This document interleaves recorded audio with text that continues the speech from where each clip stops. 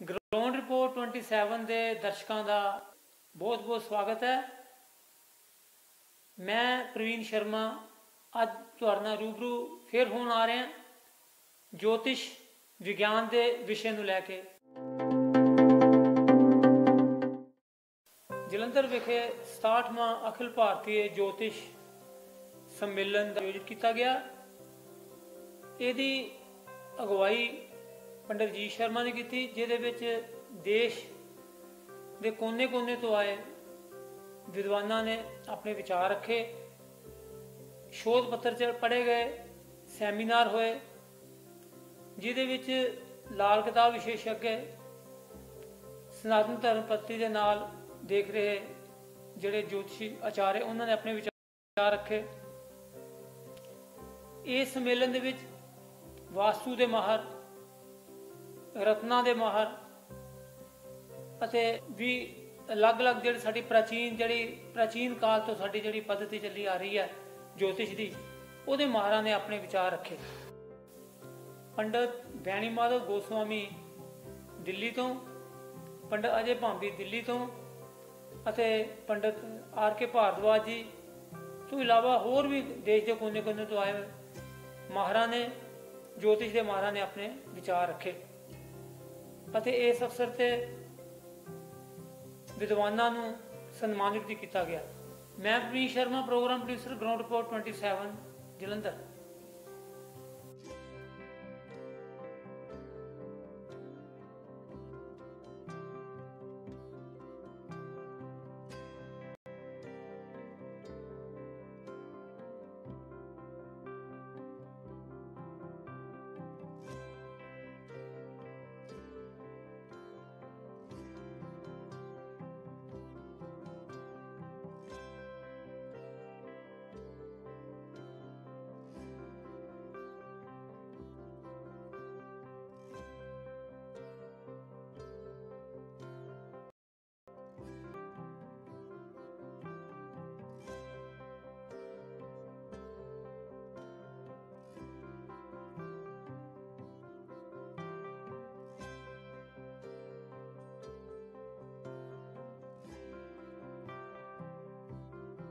नाल ने पंडित बैणी माधव गोस्वामी जी, इन्होंने गलबात करांगे लाल किताब के बारे। लाल किताब का इन्होंने किताब भी लिखी है, ते लाल किताब की है, लाल किताब के जिहड़े बारे लोगों को भ्रांतियां उहदे बारे गलबात करांगे जी।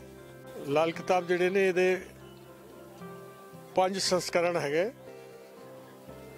5 संस्करण का मतलब 1939 पहली बार लिखी गई, फिर 1940 लिखी गई, फिर 1941 लिखी गई, फिर 1942 लिखी गई, आखिरी किताब जी 1952 लिखी गई, जो दिल्ली की नरेंद्र प्रेस तो छपी सी।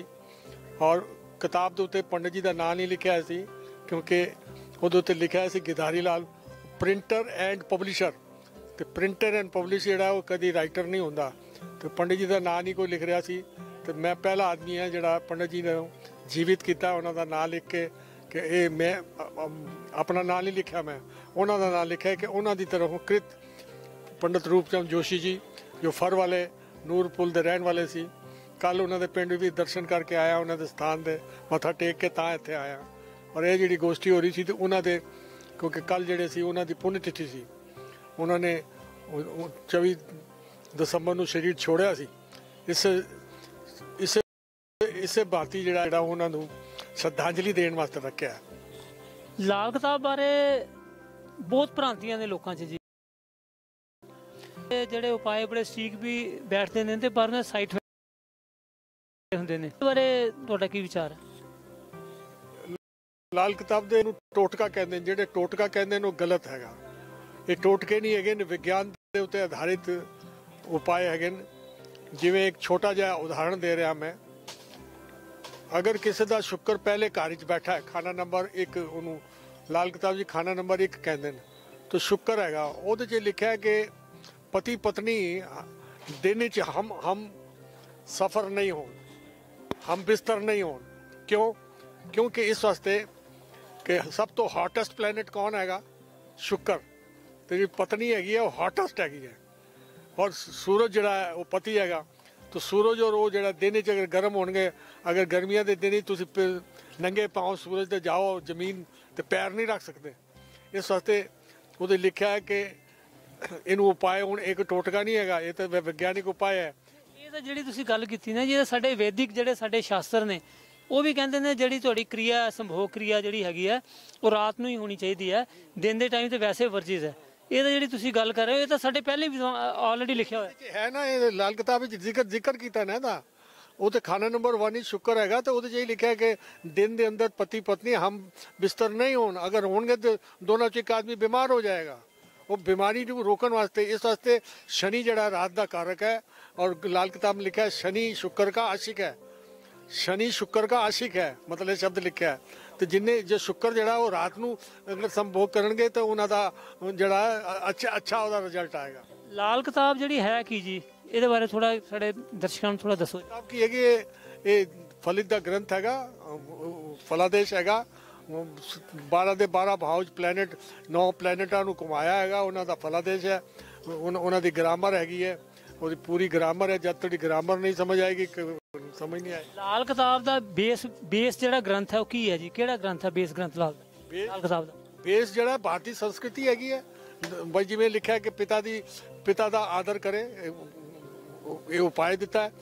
तो भाई पिता का आदर करे, तो मतलब लाल किताब कहती कि माँ का आदर करे, भैन का आदर करे, पत्नी का आदर करे। ਜਿਹੜਾ ਲਾਲ ਕਿਤਾਬ ਦਾ ਜਿਹੜਾ ਤੁਸੀਂ ਗੱਲ ਕੀਤੀ, ਜ਼ਿਕਰ ਕੀਤਾ ਵੀ ਲਾਲ ਕਿਤਾਬ ਦੇ ਵਿੱਚ, ਲਾਲ ਕਿਤਾਬ ਦੇ ਵਾਸਤੇ ਕਈ ਲਾਲ ਕਿਤਾਬ ਦੇ ਜਿਹੜੇ ਜੋਤਿਸ਼ਚਾਰਿਆ ਨੇ ਆਪਣੇ ਆਪ ਨੂੰ ਕਲੇਮ ਕਰਦੇ, ਉਹ ਲੋਕਾਂ ਨੂੰ ਪਾਠ ਪੂਜਾ ਤੋਂ ਰੋਕਦੇ ਨੇ, ਲੋਕਾਂ ਨੂੰ ਮੰਦਿਰ ਜਾਣ ਤੋਂ, ਧਾਰਮਿਕ ਸਥਾਨ ਜਾਣ ਤੋਂ ਰੋਕਦੇ ਨੇ। ਇਹਦੇ ਬਾਰੇ ਤੁਸੀਂ ਕੀ ਕਹਿਣਾ ਚਾਹੁੰਦੇ?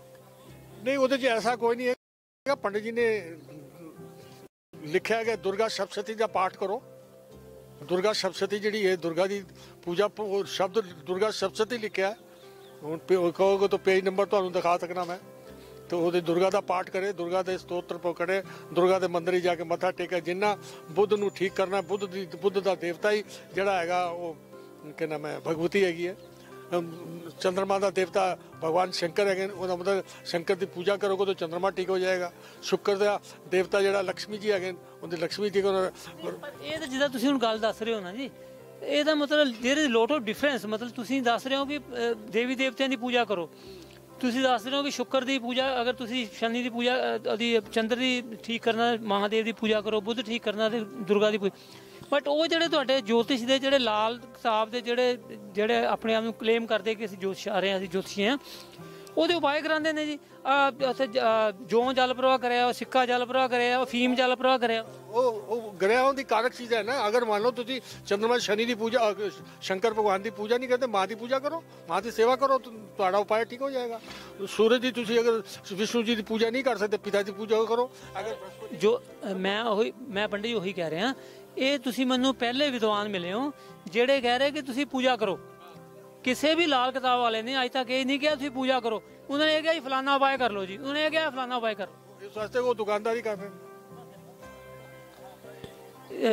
ਐਜ਼ ਤੁਸੀਂ ਜੋਤਿਸ਼ਚਾਰਿਆ ਲਾਲ ਕਿਤਾਬ ਦੇ ਤੁਸੀਂ ਵਿਦਵਾਨ ਹੋ, ਤੁਸੀਂ ਉਹਦੇ ਬਾਰੇ ਲਿਖੀ ਹੈ ਵੀ ਕਿਤਾਬ, ਇਹਦਾ ਫਿਊਚਰ ਲਾਲ ਕਿਤਾਬ ਦਾ ਕੀ ਹੈ? ਬਹੁਤ ਅੱਛਾ ਹੈਗਾ, ਲੇਕਿਨ ਇਹ ਕਿ ਹੁਣ ਧੀਰੇ ਧੀਰੇ ਪ੍ਰਚਾਰ ਹੋ ਰਿਹਾ ਹੈ। ਇਸ ਤਰ੍ਹਾਂ ਕਿ ਵਿਦਵਾਨ ਲੋਕ ਤਿਆਰ ਹੋ ਰਹੇ ਹਨ। ਜਿਸ ਤਰ੍ਹਾਂ ਜੋ ਜਦ ਤੋਂ ਕਿਉਂਕਿ ਪੰਡਿਤ ਜੀ ਨੇ ਲਿਖਿਆ ਕਿ ਇਸ ਕਿਤਾਬ ਨੂੰ ਬਾਰ-ਬਾਰ ਨਾਵਲ ਦੀ ਤਰ੍ਹਾਂ ਪੜ੍ਹੋ, ਕਿਤਾਬ ਆਪਣਾ ਭੇਦ ਦੇਗੀ। ਕਿਉਂਕਿ ਇਹਦੇ ਅੰਦਰ ਜਿਹੜੇ ਭੇਦ ਹੈਗੇ ਉਹ ਛੁਪੇ ਹੋਏ ਹੈਗੇ, ਰਹੱਸ ਛੁਪੇ। ਜਿਵੇਂ ਦੁਰਗਾ ਸ਼ਬਦ ਦਾ ਤੁਸੀਂ ਪਾਠ ਕਰੋਗੇ ਤਾਂ ਦੁਰਗਾ ਦੇ ਜਿਹੜੇ ਮੰਤਰ ਹੈਗੇ ਉਹਨਾਂ ਦੇ ਜਿਹੜੇ ਅਰਥ ਹੈਗੇ ਉਹ ਨਹੀਂ ਸਮਝ ਆਣਗੇ। ਜੋ ਬਾਰ-ਬਾਰ ਪੜ੍ਹੋਗੇ ਤਾਂ ਸਮਝ ਆਣਗੇ। ਹੁਣ ਜਿਵੇਂ ਦੁਰਗਾ ਦਾ ਸਰਵ ਮੰਗਲ ਮੰਗਲੇ ਸ਼ਿਵੇ ਸਰਵਾਰ ਸਾਧਕੇ ਸ਼ਰਣਮ ਤੇਰਕਮ ਗੌਰੀ ਨਾਰ, ਅਗਰ ਤੁਸੀਂ ਸੁਖ ਚਾਹੁੰਦੇ ਹੋ ਤੇ ਇਸ ਮੰਤਰ ਦਾ ਸੰਪੁਟ ਲਗਾ ਕੇ ਦੁਰਗਾ ਦੇ 700 ਸ਼ਲੋਕਾਂ ਦੇ ਨਾਲ ਤੁਸੀਂ ਘਰ ਪਾਠ ਕਰਾਓ, ਤੁਹਾਡੇ ਘਰ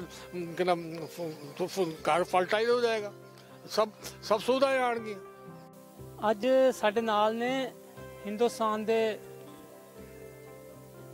ਚਰਚਿਤ, ਹਿੰਦੁਸਤਾਨ ਦੇ ਇੱਕ ਇੰਟੈਲੀਜੈਂਟ ਜਿਹੜੇ ਪਰਸਨੈਲਿਟੀ ਸਾਡੇ ਨਾਲ ਨੇ, ਅਜੇ ਭਾਂਬੀ ਜੀ, ਜਿਹੜੇ ਵਿਦਵਤਾ ਦੇ ਵਿੱਚ, ਜੋਤਿਸ਼ ਵਿਗਿਆਨ ਦੇ ਵਿੱਚ ਇਹਨਾਂ ਦਾ ਦੂਰ ਦੂਰ ਤੱਕ ਕੋਈ ਸਾਨੀ ਨਹੀਂ। ਅੱਜ ਜਿਹੜਾ ਇੱਥੇ ਜੋਤਿਸ਼ ਸੰਮੇਲਨ ਹੋ ਰਿਹਾ ਉਹਦੇ ਵਿੱਚ ਉਚੇਚੇ ਤੌਰ ਤੇ ਇਹ ਆਏ ਨੇ ਤੇ ਗੱਲਬਾਤ ਕਰਾਂਗੇ। ਭਾਈ ਸਾਹਿਬ, ਤੁਹਾਡਾ ਸਾਡੇ ਗਰਾਊਂਡ ਰਿਪੋਰਟ 27 ਪ੍ਰੋਗਰਾਮ ਸਵਾਗਤ ਹੈ। ਤੇ ਜਿਹੜੇ ਤੁਸੀਂ ਇਹ ਪ੍ਰੋਗਰਾਮ ਅੱਜ ਜਿਹੜੇ ਤੁਸੀਂ ਆਏ ਹੋ ਜੋਤਿਸ਼ ਸੰਮੇਲਨ 'ਚ ਆਏ, ਇਹਦੇ ਬਾਰੇ ਕੀ ਕਹਿਣਾ ਚਾਹੁੰਦੇ? ਇਹਦੇ ਬਾਰੇ ਸਭ ਤੋਂ ਪਹਿਲੇ ਇਹ ਕਹਿਣਾ ਚਾਹ ਰਹੇ ਕਿ ਇਹ ਜੋ ਪ੍ਰੋਗਰਾਮ ਹੈਗਾ ਪੰਡਿਤ ਰੂਪਚੰਦ ਜੋਸ਼ੀ ਜੀ ਦੇ ਯਾਦਗਾਰ 'ਚ ਹੈਗਾ। ਉਹਨਾਂ ਨੂੰ ਸਮਰਪਿਤ ਹੈਗਾ। ਔਰ ਇਹ ਪ੍ਰੋਗਰਾਮ ਇਹਨਾਂ ਦਾ ਜੋ ਹੋ ਰਿਹਾ ਹੈ ਰਾਜੀਵ ਜੀ ਦਾ, ਇਹ 67ਵਾਂ ਪ੍ਰੋਗਰਾਮ ਹੈਗਾ। और एक खास तौर से रूपचंद जी ने होगा जिन्होंने लाल किताब लिखी थी, और लाल किताब के साथ ना सबका रिश्ता है। मैंने कादम्बनी में, आप तो जानते इतनी बड़ी मैगजीन थी, 1984 में जो उनका एक अंक होता था ना, क्या नाम है जिसको बोलते हैं ज्योतिष तंत्र मंत्र का एक स्पेशल अंक होता था। कादम्बनी छापती थी, आप समझिए नवंबर के अंक इश्यू होता था, और उस समय उसकी किताब कॉपियाँ छपी थी 5 लाख। आप समझ सकते हैं कादम्बनी जो है रीडर डाइजेस्ट से जैसी पॉपुलर थी, रीडर डाइजेस्ट से थी, तो उसमें कुछ छपने का मतलब बहुत कुछ होता था। मैंने वहाँ एक मेरे को किताब मिली थी जो उर्दू में थी, उस ट्रांसलेट की किसी ने और मेरे को दी, तो उसमें देखा किताब में उर्दू से हिंदी में थी, तो उस किताब पे मैंने लिखा, आर्टिकल लिखा जो लाल किताब का रहस्य। नाल ने सुरिंदर कपूर जी ਜਿਹੜੇ ਦਿੱਲੀ ਤੋਂ ਆਏ ਨੇ ਤੇ ਕੇਤੂ ਜਿਹੜਾ ਗ੍ਰਹਿ ਜਿਹੜਾ ਉਹਦੇ ਬਾਰੇ ਉਹਦੇ ਸਪੈਸ਼ਲਿਸਟ ਨੇ, ਉਹਦੇ ਹਰ ਘਰ ਨੂੰ ਇਹਨਾਂ ਨੇ ਬੜੀ ਬਰੀਕੀ ਨਾਲ ਉੱਤੇ ਸਟੱਡੀ ਕੀਤੀ ਹੈ ਤੇ ਗੱਲਬਾਤ ਕਰਾਂਗੇ ਕਪੂਰ ਸਾਹਿਬ ਨਾਲ। ਜੀ ਕੀ ਕਹਿਣਾ ਚਾਹੋਗੇ? मैं कहना चाहना जी, ज्योतिष एक साइंस है और ये हमेशा साइंस ही रहेगी। और ਜਿਹੜੀ ਸਾਡੀ ਆਪਣੀ ਸਾਇੰਸ ਹੈ ਜਿਸ ਨੂੰ ਅੱਜ ਸਾਇੰਸ ਕਹਿੰਦੇ ਆ, ਇਹ ਸਾਇੰਸ ਵੀ ज्योतिष ਤੋਂ ਬਾਅਦ ਚੋਂ ਆਂਦੀ ਹੈ, ਪਹਿਲੇ ज्योतिष है। और मेरा ਅੱਜ ਦਾ ਲੈਕਚਰ ਸੀ ਇੱਥੇ, ਉਹ ਲੈਕਚਰ ਦੇ ਦੌਰਾਨ ਮੈਂ ਆਪਣਾ ਕੇਤੂ ਦੇ ਉੱਤੇ ਆਪਣਾ ਵਕਤਵਯ ਦਿੱਤਾ ਹੈ। ਉਹ ਵਕਤਵਯ ਦੇਣ 'ਚ ਮੈਂ ਦੱਸਿਆ ਹੈ ਕਿ ਲਗਨ ਕੁੰਡਲੀ ਦੇ ਵਿੱਚ ਕਿੱਥੇ ਕੇਤੂ ਹੋਏਗਾ ਤੇ ਕੀ ਦਿੱਕਤ ਦੇਗਾ। ਕੇਤੂ ਮੈਂ ਬਾਰ-ਬਾਰ ਇਹੀ ਆਖਣਾ, ਸਾਡੀ ਰੀੜ੍ਹ ਦੀ ਹੱਡੀ, ਸਾਡੇ ਗੁਪਤਾਂਗ, ਸਾਡੀਆਂ ਲੱਤਾਂ, ਸਾਡੇ ਪੈਰ ਨੇ, ਤੇ ਜਿਸ ਵੀ ਭਾਵ ਦੇ ਅੰਦਰ ਕੇਤੂ ਬੈਠੂਗਾ ਉੱਥੇ ਉਹ ਚੀਜ਼ਾਂ ਦੇਗਾ। ਜਿਸ ਤਰ੍ਹਾਂ ਲਗਨ 'ਚ ਤੇ ਆਪ ਨੂੰ ਹੋਣਗੀਆਂ, ਦੂਸਰੇ ਘਰ 'ਚ ਕੇਤੂ ਬੈਠਾ ਤੇ ਉਹ ਪਰਿਵਾਰ 'ਚ ਕਿਸੇ ਨੂੰ ਹੋਣਗੀਆਂ, ਤੀਜੇ ਘਰ 'ਚ ਕੇਤੂ ਬੈਠਾ ਛੋਟੇ ਭੈਣ ਭਰਾਵਾਂ 'ਚੋਂ ਜਾਂ ਮਿੱਤਰਾਂ 'ਚੋਂ ਕਿਸੇ ਨੂੰ ਹੋਊਗੀ, ਔਰ ਜੇ ਚੌਥੇ ਘਰ 'ਚ ਕੇਤੂ ਬੈਠਾ ਤੇ ਮਾਤਾ ਜੀ ਨੂੰ ਆ ਦਿੱਕਤ ਆਊਗੀ, ਜੇ ਪੰਜਵੇਂ ਘਰ 'ਚ ਕੇਤੂ ਬੈਠਾ ਤੇ ਆਪਣੀ ਸੰਤਾਨ ਤੇ ਸਾਡੇ ਜਿਹੜੇ ਯਾਰ ਦੋਸਤ ਨੇ ਉਹਨਾਂ ਨੂੰ ਆਹ ਦਿੱਕਤ ਆਏਗੀ, ਛਠੇ ਘਰ 'ਚ ਹੁੰਦਾ ਹੈ ਤੇ ਸਾਡੇ ਮਾਮੇ ਤੇ ਮਾਸੀਆਂ ਦੇ ਵਿੱਚੋਂ ਕਿਸੇ ਨੂੰ ਇਹ ਸਮੱਸਿਆ ਆਏਗੀ, ਸੱਤਵੇਂ ਘਰ 'ਚ ਹੁੰਦਾ ਹੈ ਤੇ ਸਾਡੇ ਜੀਵਨ ਸਾਥੀ ਨੂੰ ਇਹ ਸਮੱਸਿਆ ਆ ਸਕਦੀ ਹੈ, ਤੇ ਅੱਠਵੇਂ ਭਾਵ ਵਿੱਚ ਅਗਰ ਕੇਤੂ ਹੁੰਦਾ ਹੈ ਤੇ ਸਾਡੇ ਸਹੁਰਿਆਂ 'ਚੋਂ ਕਿਸੇ ਨੂੰ, ਸਹੁਰਿਆਂ ਦੇ ਪਰਿਵਾਰ 'ਚੋਂ ਕਿਸੇ ਨੂੰ ਆਹ ਦਿੱਕਤ ਆਊਗੀ। ਅਗਰ ਨੌਵੇਂ ਘਰ 'ਚ ਹੁੰਦਾ ਹੈ ਤੇ ਸਾਡੇ ਪਿਤਾ ਜੀ ਨੂੰ ਆਹ ਦਿੱਕਤ ਆ ਸਕਦੀ ਹੈ, ਤੇ ਨਾਲ ਸਾਡੀ ਪਤਨੀ ਜਾਂ ਸਾਡੇ ਪਤੀ ਦੇ ਛੋਟੇ ਭੈਣ ਭਰਾਵਾਂ ਨੂੰ ਆਹ ਦਿੱਕਤ ਆ ਸਕਦੀ ਹੈ। ਜੇ 10ਵੇਂ ਘਰ 'ਚ ਹੁੰਦਾ ਹੈ ਤੇ ਸਾਡੀ ਸੱਸ ਨੂੰ ਆਹ ਦਿੱਕਤ ਆ ਸਕਦੀ ਹੈ। ਜੇ 11ਵੇਂ ਘਰ 'ਚ ਹੁੰਦਾ ਤੇ ਸਾਡੇ ਚਾਚਾ, ਸਾਡੇ ਵੱਡੇ ਭਰਾ ਤੇ ਸਾਡੇ ਮਿੱਤਰਾਂ 'ਚੋਂ ਕਿਸੇ ਨੂੰ ਆਹ ਦਿੱਕਤ ਆਊਗੀ। ਜੇ 12ਵੇਂ ਘਰ 'ਚ ਹੁੰਦਾ ਜਿਹੜਾ ਕਿ ਆਖਰੀ ਘਰ ਹੈ, ਉੱਥੇ ਅਗਰ ਕੇਤੂ ਬਹਿੰਦਾ ਹੈ ਤੇ ਜ਼ਾਹਿਰ ਜੀ ਗੱਲ ਹੈ ਜੀ, ਸਾਡੀ ਦਾਦੀ ਤੇ ਸਾਡੇ ਨਾਨਾ ਵੱਲੋਂ ਕਿਸੇ ਨੂੰ ਆਹ ਦਿੱਕਤ ਆ ਸਕਦੀ ਹੈ। ਤੁਸੀਂ ਕੇਤੂ ਦੇ ਬਾਰੇ ਵਿਸਥਾਰਪੂਰਵਕ ਦੱਸਿਆ, ਹੋਰ ਕਿਹੜਾ ਸਪੈਸੀਫਿਕ ਜਿਹੜਾ ਹੈ ਐਸਾ ਗ੍ਰਹਿ ਹੈ ਜਿਹੜਾ ਜਿੱਥੇ ਤੁਹਾਡੀ ਸਬਜੈਕਟ ਹੈ, ਤੁਹਾਡਾ ਜਿਹੜਾ ਪੈਟ ਸਬਜੈਕਟ? ਮੇਰੇ ਵੈਸੇ ਤਾਂ ਸਾਰੇ ਗ੍ਰਹਿ ਬੜੇ ਪੈਟ ਨੇ, ਪਰ ਇੱਕ ਗ੍ਰਹਿ ਹੈਗਾ ਜਿਹੜਾ ਮੈਨੂੰ ਸਭ ਤੋਂ ਜ਼ਿਆਦਾ ਪਸੰਦ ਹੈ, ਉਹ ਹੈਗਾ ਚੰਦਰਮਾ। ਉਹ ਚੰਦਰਮਾ ਦੇ ਬਾਰੇ ਮੈਂ ਰਿਸਰਚ ਕਰਨ ਦਾ ਬਹੁਤ ਸ਼ੌਕੀਨ ਹਾਂ, ਕਿਉਂਕਿ ਚੰਦਰਮਾ ਹੀ ਇੱਕ ਐਸਾ ਪਲੈਨਟ ਹੈ ਜਿਹੜਾ ਵਾਸਤਵ ਵਿੱਚ ਦੱਸਦਾ ਹੈ ਕਿ ਤੁਸੀਂ ਕੀ ਹੋ। ਉਹ ਤੁਹਾਡਾ ਮਨ ਕੀ ਕਹਿੰਦਾ ਹੈ, ਤੁਹਾਡਾ ਮਨ ਕਿੱਥੋਂ ਬੋਲਦਾ ਹੈ, ਤੁਸੀਂ ਜੋ ਸ਼ਬਦ ਇਸਤੇਮਾਲ ਕਰ ਰਹੇ ਹੋ ਤੁਹਾਡੇ ਮਨ ਦੇ ਨਾਲ ਕਨੈਕਟ ਹੈ ਨੇ ਕਿ ਨਹੀਂ ਹੈ, ਤੁਸੀਂ ਜੋ ਬੋਲ ਰਹੇ ਹੋ ਉਹ ਕਿੰਨਾ ਸੱਤੇ। ਆਹ ਚੰਦਰਮਾ ਤੋਂ ਹੀ ਪਤਾ ਲੱਗਦਾ ਹੈ, ਚੰਦਰਮਾ ਤੋਂ ਹੀ ਸਾਡਾ ਧਨ ਪਤਾ ਲੱਗਦਾ ਹੈ, ਚੰਦਰਮਾ ਤੋਂ ਹੀ ਸਾਡਾ ਮਨ ਪਤਾ ਲੱਗਦਾ ਹੈ, ਚੰਦਰਮਾ ਤੋਂ ਹੀ ਸਾਡੀ ਮਾਤਾ ਦੇ ਬਾਰੇ ਪਤਾ ਲੱਗਦਾ ਹੈ, ਚੰਦਰਮਾ ਤੋਂ ਹੀ ਸਾਡੇ ਜਿਹੜੇ ਸਵਾਸਥ ਦੀ ਕੁਆਲਿਟੀ ਦੇ ਬਾਰੇ ਪਤਾ ਲੱਗਦਾ। ਕਿੰਨੇ ਸਾਲਾਂ ਤੋਂ ਤੁਸੀਂ ਰਿਸਰਚ ਕੀਤੀ ਜੀ ਇਸ ਚੰਦਰਮਾ ਦੇ? ਮੈਂ ਰਿਸਰਚ ਕਰਦੇ ਬੜੇ ਸਾਲ ਹੋ ਗਏ ਨੇ, ਪਰੰਤੂ ਮੈਨੂੰ ਅੱਛੀ ਤਰ੍ਹਾਂ ਯਾਦ ਹੈ ਮੈਂ 14-15 ਸਾਲ ਤੋਂ ਜੋਤਿਸ਼ ਦੀ ਲਾਈਨ 'ਚ, ਉਦੋਂ ਤੋਂ ਮੈਨੂੰ ਸ਼ੁਰੂ ਤੋਂ ਹੀ ਆਹ ਪਲੈਨਟ ਪਤਾ ਨਹੀਂ ਕਿਉਂ ਰੱਬੀ ਆ ਗੱਲ ਹੈ ਸਾਡੇ ਅੰਦਰ ਕਿ ਕੋਈ ਨਾ ਕੋਈ ਗ੍ਰਹਿ ਤੁਹਾਡਾ ਖਾਸ ਹੁੰਦਾ ਹੈ। ਮੇਰਾ ਚੰਦਰਮਾ ਖਾਸ ਹੈ। ਗੱਲ ਕਰੀਏ ਜੋਤਿਸ਼ ਦੀ, ਜੋਤਿਸ਼ ਵਿਗਿਆਨ ਦੀ, ਤੁਸੀਂ ਕੀ ਤੁਹਾਡਾ ਬੇਸ ਗ੍ਰੰਥ ਕੀ ਹੈ? ਮਤਲਬ ਰੈੱਡ ਬੁੱਕ ਹੈ ਤੁਹਾਡੀ ਜਿਹੜੀ ਸਾਡੀ ਹੈਗੀ ਪੁਰਾਣੀ ਜਿਹੜੀ ਪ੍ਰਾਚੀਨ ਪਰੰਪਰਾ, ਉਹਨੂੰ ਲੈਂਦੇ ਹੋ ਕਿਹਨੂੰ ਲੈਂਦੇ ਹੋ? ਮੈਂ ਬੇਸਿਕ ਜਿਹੜੀ ਹੈਗੀ ਜੀ ਮੇਰੀ, ਉਹ ਬੇਸਿਕ ਵੈਦਿਕ ਐਸਟ੍ਰੋਲੋਜੀ ਹੈ। ਮੈਂ ਰੈੱਡ ਬੁੱਕ ਦਾ ਹੀ ਫਾਲੋਵਰ ਹੈਗਾ, ਉਹਨੂੰ ਵੀ ਕਰਨਾ। ਮੈਨੂੰ ਵਾਸਤੂ ਹੀ ਬਹੁਤ ਅੱਛਾ ਲੱਗਦਾ ਹੈ ਔਰ ਵਾਸਤੂ ਨੂੰ ਰੈੱਡ ਬੁੱਕ ਤੇ ਵੈਦਿਕ ਦੇ ਨਾਲ ਕਨੈਕਟ ਕਰਨ ਦੀ ਕੋਸ਼ਿਸ਼ ਕਰਨਾ। What is the difference between red book and ਵੈਦਿਕ ਜਿਹੜੀ ਜੋਤਿਸ਼? ਨਾਟ ਟੂ ਮਚ ਡਿਫਰੈਂਸ ਦੇਅਰ, ਕੋਈ ਜ਼ਿਆਦਾ ਫਰਕ ਨਹੀਂ ਗਾ ਇਹਨਾਂ ਦੋਨਾਂ ਵਿੱਚ। ਅਸਲ ਵਿੱਚ ਬੇਸਿਕ ਜੋ ਉਹ ਦੋਨਾਂ ਦੇ ਕਲੀਅਰ ਹੀ ਨੇ। ਵੈਦਿਕ ਦੇ ਅੰਦਰੋਂ ਹੀ ਰੈੱਡ ਬੁੱਕ ਨਿਕਲੀ ਹੈ, ਇਸ ਕਾਰਨ ਕੋਈ ਜ਼ਿਆਦਾ ਫਰਕ ਨਹੀਂ ਹੈਗਾ। ਬਸ ਆਪਣਾ ਆਪਣਾ ਇੱਕ ਤਰੀਕਾ ਹੈ ਉੱਥੇ ਪਹੁੰਚਣ ਦਾ। ਸਿਰਫ ਰਿਜ਼ਲਟ ਤੱਕ ਪਹੁੰਚਣਾ ਮਾਇਨੇ ਰੱਖਦਾ ਹੈਗਾ, ਕਿੱਧਰੋਂ ਪਹੁੰਚ ਰਹੇ ਹੋ ਇਹ ਮਾਇਨੇ ਨਹੀਂ ਰੱਖਦਾ। ਹੁਣ ਜਿਸ ਤਰ੍ਹਾਂ ਕਿ ਰੈੱਡ ਬੁੱਕ ਦੇ ਜਿਹੜੇ ਉਪਾਏ ਨੇ ਉਹ ਇਮੀਡੀਏਟ ਇਫੈਕਟ ਕਰਦੇ ਨੇ, ਤੇ ਸਾਰੇ ਹੁਣ ਜਿਹੜੇ ਜੋਤਸ਼ੀ ਨੇ ਉਹ ਇਸ ਪਾਸੇ ਅਟਰੈਕਟ ਹੋ ਰਹੇ, ਪਰ ਇਹਦੇ ਸਾਈਡ ਇਫੈਕਟ ਵੀ ਹੈਗੇ ਨੇ ਜੀ। ਅਗਰ ਉਪਾਏ ਤੁਸੀਂ ਸਟੀਕ ਦਿੱਤਾ ਹੈ ਤੇ ਬਿਲਕੁਲ ਸਟੀਕ ਬੈਠੇਗਾ, ਕੋਈ ਬੈਕਫਾਇਰ ਨਹੀਂ ਕਰੇਗਾ। ਅਗਰ ਇਹ ਉਪਾਏ ਰੈੱਡ ਬੁੱਕ ਦੇ ਅਨੁਸਾਰ ਤੁਸੀਂ ਦੇਣੇ ਚੂਕ ਗਏ ਹੋ ਤੇ ਤੁਸੀਂ ਵੀ ਕੁਛ ਨਾ ਕੁਛ ਖਮਿਆਜਾ ਭੁਗਤੋਗੇ ਤੇ ਤੁਹਾਡਾ ਕਲਾਇੰਟ ਵੀ ਭੁਗਤੂਗਾ। ਸਾਡੀ ਪ੍ਰਾਚੀਨ ਪਰੰਪਰਾ, ਸਾਡੀ 5000 ਵਰਸ਼ ਤੋਂ ਸਾਡੀ ਜੋਤਿਸ਼ ਵਿਗਿਆਨ ਸਾਡਾ ਚੱਲਦਾ ਆ ਰਿਹਾ, ਬਟ ਇਹ ਜੋਤਿਸ਼ ਦੇ ਉੱਤੇ ਕਈ ਤਰ੍ਹਾਂ ਦੀ ਭ੍ਰਾਂਤੀਆਂ ਲੋਕਾਂ ਦੇ ਵਿੱਚ ਹੈਗੀਆਂ ਨੇ, ਤੇ ਕਈਆਂ ਨੇ ਇਹਨੂੰ ਰੁਜ਼ਗਾਰ ਵੀ ਬਣਾ ਲਿਆ ਜੀ। ਚਲੋ ਰੁਜ਼ਗਾਰ ਬਣਨਾ ਕੋਈ ਮਾੜੀ ਚੀਜ਼ ਨਹੀਂ, ਲੇਕਿਨ ਉਹਦੇ ਵਾਸਤੇ ਕੁਛ ਆਪਣੇ ਇੰਟਰਸਟ ਵਾਸਤੇ ਮਤਲਬ ਜਿਹੜਾ ਲੋਕਾਂ ਨੂੰ ਗਾਈਡ ਕਰਨਾ ਜਾਂ ਮਤਲਬ ਮਿਸਗਾਈਡ ਕਰਨਾ, ਉਹਦੇ ਬਾਰੇ ਕੁਝ ਕਹਿਣਾ ਚਾਹੂੰਗਾ? ਹਾਂ, ਮੈਂ ਉਸ ਬਾਰੇ ਜ਼ਰੂਰ ਬੋਲਾਂਗਾ ਜੀ। ਕਾਰਨ ਕੀ ਹੈਗਾ, ਅਸਲ ਅੰਦਰ ਜੋ ਸਾਡੇ ਜੋਤਸ਼ੀ ਭਰਾ ਨੇ, ਕਮੀ ਉੱਥੇ ਜੋਤਿਸ਼ ਦੇ ਅੰਦਰ ਕਮੀ ਨਹੀਂ ਹੈ। ਕਿਉਂ? ਅਗਰ ਤੁਹਾਡੇ ਕੋਲ ਘੱਟ ਨੌਲੇਜ ਹੈ ਤੇ ਤੁਸੀਂ ਖਾਲੀ ਬੋਰਡ ਲਾ ਕੇ ਬਹਿ ਗਏ ਹੋ ਕਿ ਮੈਂ ਜੋਤਸ਼ੀ ਹਾਂ, ਤੇ ਜਿਹੜਾ ਵੀ ਤੁਹਾਡੇ ਕੋਲ ਆਏਗਾ ਤੁਸੀਂ ਹੋਰ ਕੁਝ ਨਹੀਂ ਕਰੋਗੇ, ਆਪਣਾ ਵੀ ਬੇੜਾ ਗਰਕ ਕਰੋਗੇ, ਤੇ ਜੋਤਿਸ਼ ਦੇ ਨਾਮ ਤੇ ਜੋ ਭ੍ਰਾਂਤੀਆਂ ਫੈਲੀਆਂ ਨੇ ਉਹਨਾਂ ਨੂੰ ਹੋਰ ਵਧਾਓਗੇ, ਬਜਾਏ ਆਹ ਦੱਸਣ ਦੇ ਕਿ ਜੋਤਿਸ਼ ਵਾਸਤਵ ਵਿੱਚ ਇੱਕ ਸਾਇੰਸ ਹੈ। ਸਰ ਇਹ ਕਿਸ ਤਰ੍ਹਾਂ ਪਤਾ ਲੱਗੂਗਾ? ਇਹ ਕਿਹੜਾ ਪੈਰਾਮੀਟਰ ਪਤਾ ਲੱਗੇਗਾ ਵੀ ਇਹ ਜਿਹੜਾ ਜੋਤਸ਼ੀ ਹੈ ਇਹ ਬਹੁਤ ਵਿਦਵਾਨ ਹੈ, ਇਹ ਜੋਤਸ਼ੀ ਜਿਹੜਾ ਬੈਠਾ ਹੈ ਜਾਂ ਫਲਾਂ ਜੋਤਸ਼ੀ ਜਿਹੜਾ ਬੈਠਾ ਹੈ ਉਹ ਜੋਤਸ਼ੀ ਦੇ ਕੋਲ ਇੰਨੀ ਨੌਲੇਜ ਨਹੀਂ ਹੈ, ਜਾਂ ਇਹ ਬੰਦਾ ਜਿਹੜਾ ਵੈਲ ਐਜੂਕੇਟਡ ਹੈ, ਇਹ ਬੰਦਾ ਜਿਹੜਾ ਪੜ੍ਹਿਆ ਲਿਖਿਆ ਘੱਟ ਹੈ ਫਿਰ ਵੀ ਜੋਤਸ਼ੀ ਬਣ ਕੇ ਤੇ ਪੜ੍ਹਿਆ ਲਿਖਿਆ ਨੂੰ ਮਤਲਬ ਗਾਈਡ ਕਰ ਰਿਹਾ। ਇਹਦੇ ਬਾਰੇ ਕੋਈ ਤੁਹਾਡੀ ਕੋਈ ਤੁਸੀਂ ਚਾਹੋਗੇ ਕੋਈ ਐਸਾ ਕੋਈ ਇੱਕ ਮੰਚ ਤਿਆਰ ਹੋਵੇ, ਜੇ ਕੋਈ ਐਸੀ ਗਾਈਡਲਾਈਨ ਜਿਹਨੂੰ ਆਪਾਂ ਕਹਿ ਸਕਦੇ ਜਾਂ ਕੁਛ ਐਸਾ ਕੰਟਰੋਲ ਹੋ ਸਕੇ? ਬਿਲਕੁਲ ਇਸ ਦੇ ਉੱਪਰ ਕੰਮ ਹੋਣਾ ਚਾਹੀਦਾ ਹੈ। ਇਹ ਬਹੁਤ ਅੱਛਾ ਸਵਾਲ ਤੁਸੀਂ ਕੀਤਾ ਹੈ ਕਿ ਆਮ ਬੰਦੇ ਨੂੰ ਕਿੱਦਾਂ ਪਤਾ ਲੱਗੂ ਕਿ ਵੀ ਫਲਾਣਾ ਜੋਤਸ਼ੀ ਕਿੰਨਾ ਕੁ ਗਿਆਨੀ ਹੈ, ਨਹੀਂ ਹੈ, ਜਾਂ ਉਹ ਝੋਲਾ ਛਾਪ ਹੈ, ਕਿਸ ਤਰ੍ਹਾਂ ਹੈ, ਕੀ ਨਹੀਂ।